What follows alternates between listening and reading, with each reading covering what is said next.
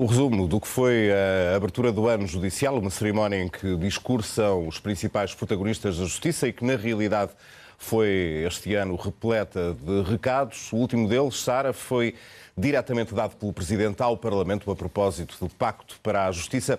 Vamos discutir o assunto no esquerda-direita desta noite e falar desta exigência de Marcelo que não quer perder tempo. Vamos ao debate com o João Ferreira e com o Marco António Costa. Olá aos dois, bem-vindos, boa noite. E houve, de facto, este desafio muito claro do Presidente da República aos partidos para que possam encontrar um consenso, avançar com as medidas que constam do Pacto para a Justiça. João, já teve a oportunidade de ver algumas dessas medidas? Acha que será uma tarefa fácil para os partidos encontrar esse consenso?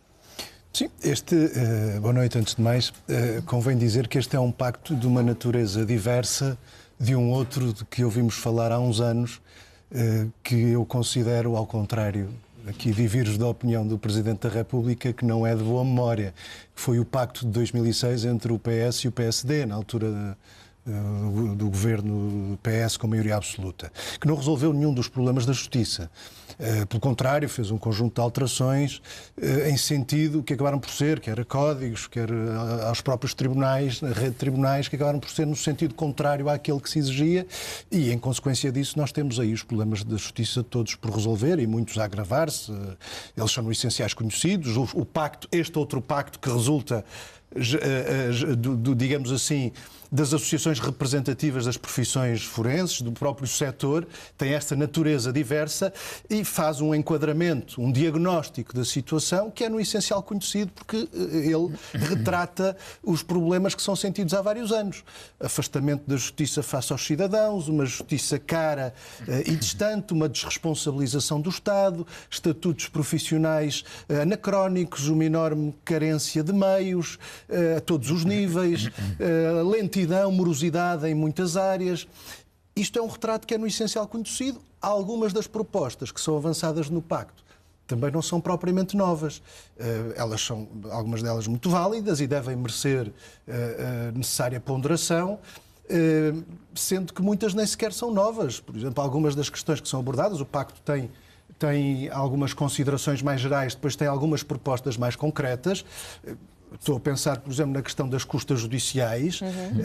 Teve tradução concreta por iniciativa do PCP no Orçamento de Estado deste ano e já tinha tido do ano passado a proposta de congelar, de não aumentar as custas judiciais, de congelar as custas. Em 2017, por proposta do PCP, foi incluído no Orçamento de Estado esse congelamento das custas, novamente em 2018.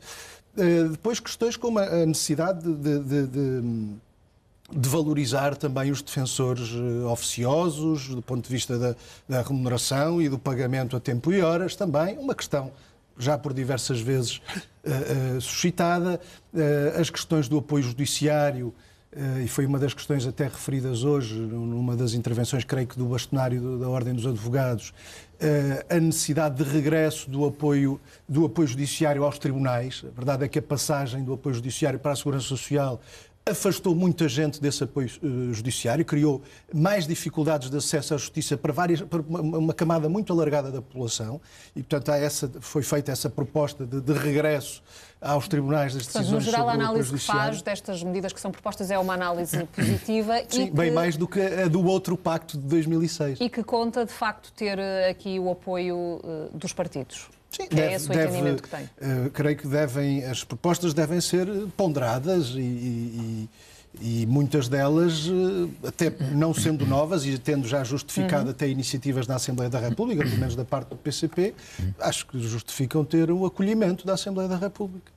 Marco António Costa, e falamos, obviamente, também da disponibilidade do PSD para dar o seu aval a este pacto, agora com um novo líder.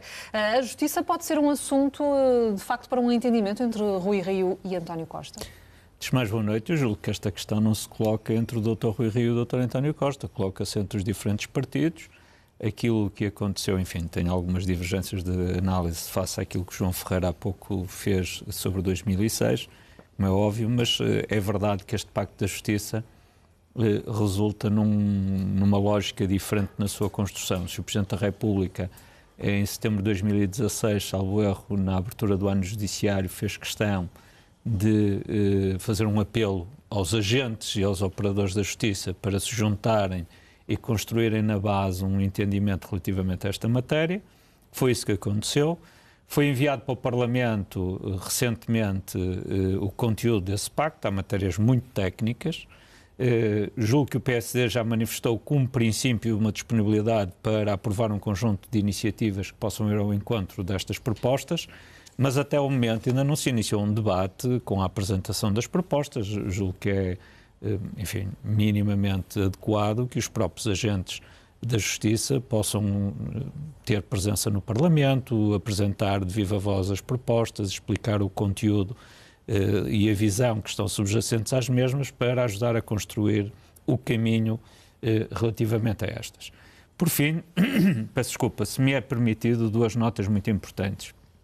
A primeira das quais é que eu julgo que este novo bastonário da Ordem dos Advogados trouxe uma visão mais construtiva e mais positiva no relacionamento e na afirmação também da participação dos advogados no papel que têm no âmbito da Justiça. Por outro lado, parece-me também evidente que a abertura do ano judiciário fica marcada por dois factos muito concretos. Em primeiro, uma ausência completa de tratamento de dois temas que são o elefante no meio da sala, se me é permitida a expressão, a não referência à questão dos conflitos que estão subjacentes com Angola, relativamente ao processo que envolve o ex-vice-presidente de Angola, e também a questão das declarações da Sra. Ministra da Justiça, que de forma extemporânea pré-avisa o despedimento da Sra. Procuradora-Geral da República. Mas em relação à questão de Angola, a Procuradora-Geral da República, não falando diretamente no assunto, falou sobre o assunto. Como é que interpretou o que disse Joana Marques Vidal? Eu julgo que a Sra. Procuradora procurou, de alguma forma, tentar posicionar naquela que é uma perspectiva de Estado também a defesa da posição da própria Justiça. Portanto, há questões de Estado que são relevantes, mas ela cabe-lhe representar o Ministério Público e, portanto, a Sra. Procuradora tentou dar uma visão relativamente a essa matéria. Permita-me o segundo facto que eu gostava aqui de referir, é que o ano judiciário fica marcado na sua abertura pelo anúncio de uma greve por parte dos oficiais de Justiça, enfim, com declarações do seu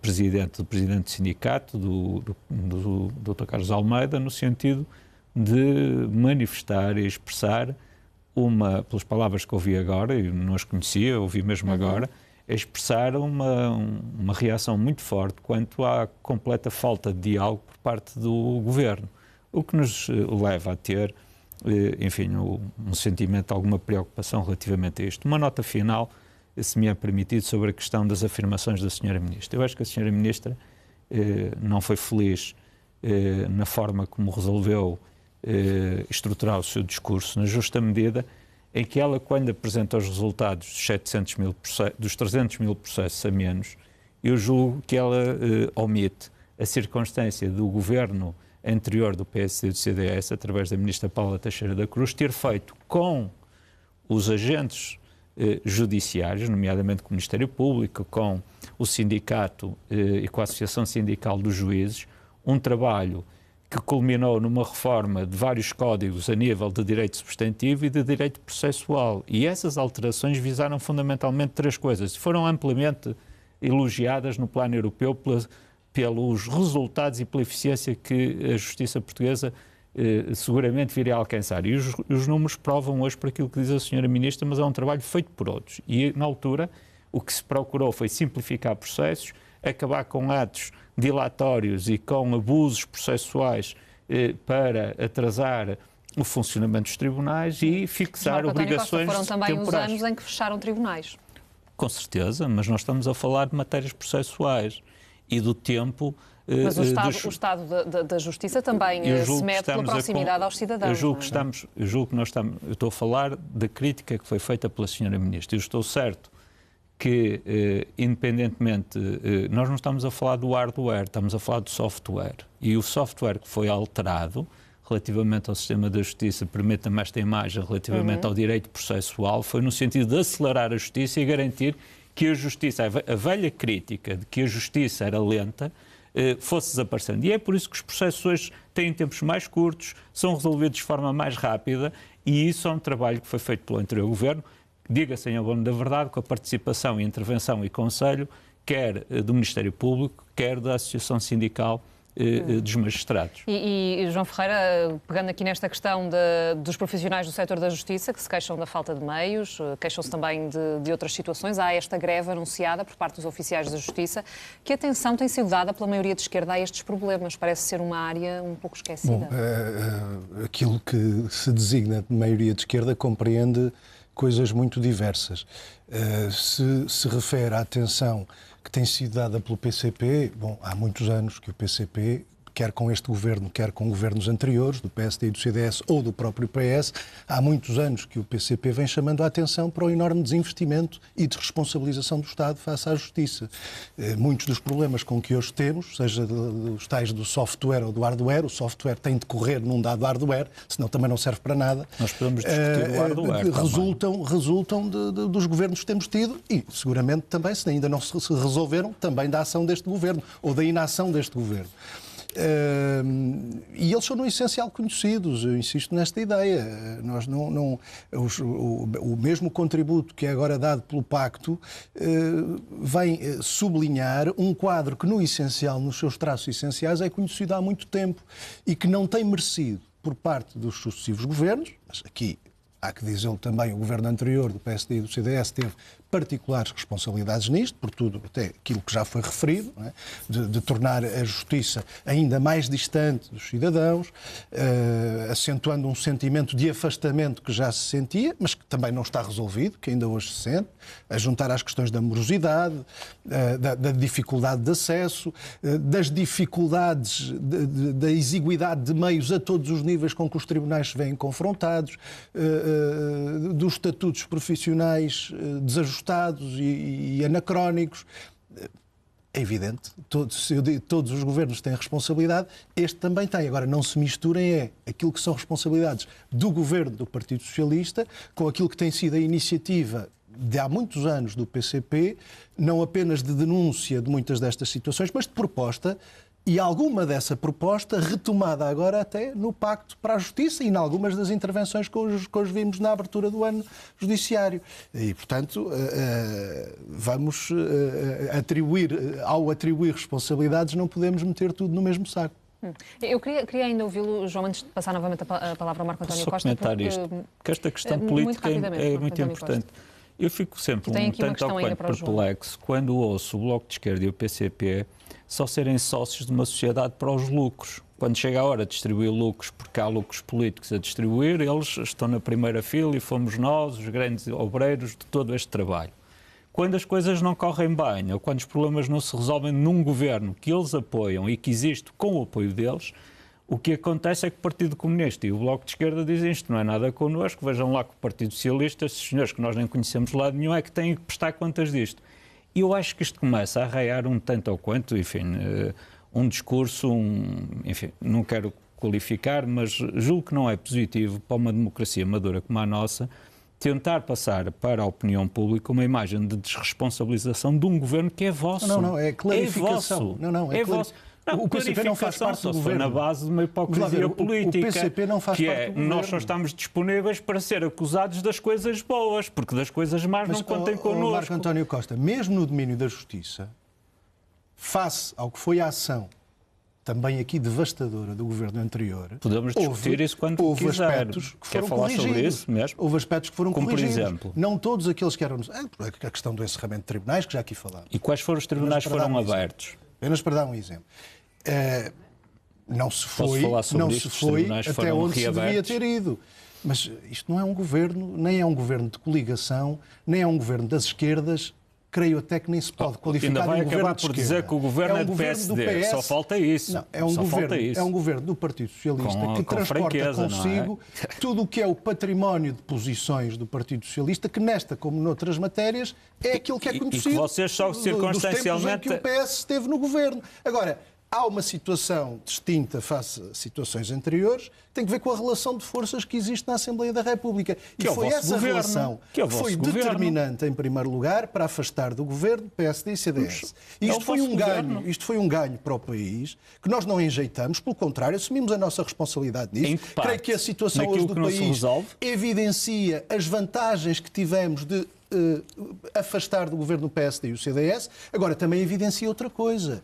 Evidencia os limites da situação atual. Agora, ninguém pode dizer que o PCP não usa a força que tem em prol dos interesses dos portugueses e do país. Agora, a força que tem é que tem hoje. Né? Seguramente que se tivéssemos mais força, muitas outras coisas estariam a ser resolvidas no bom sentido. Não é?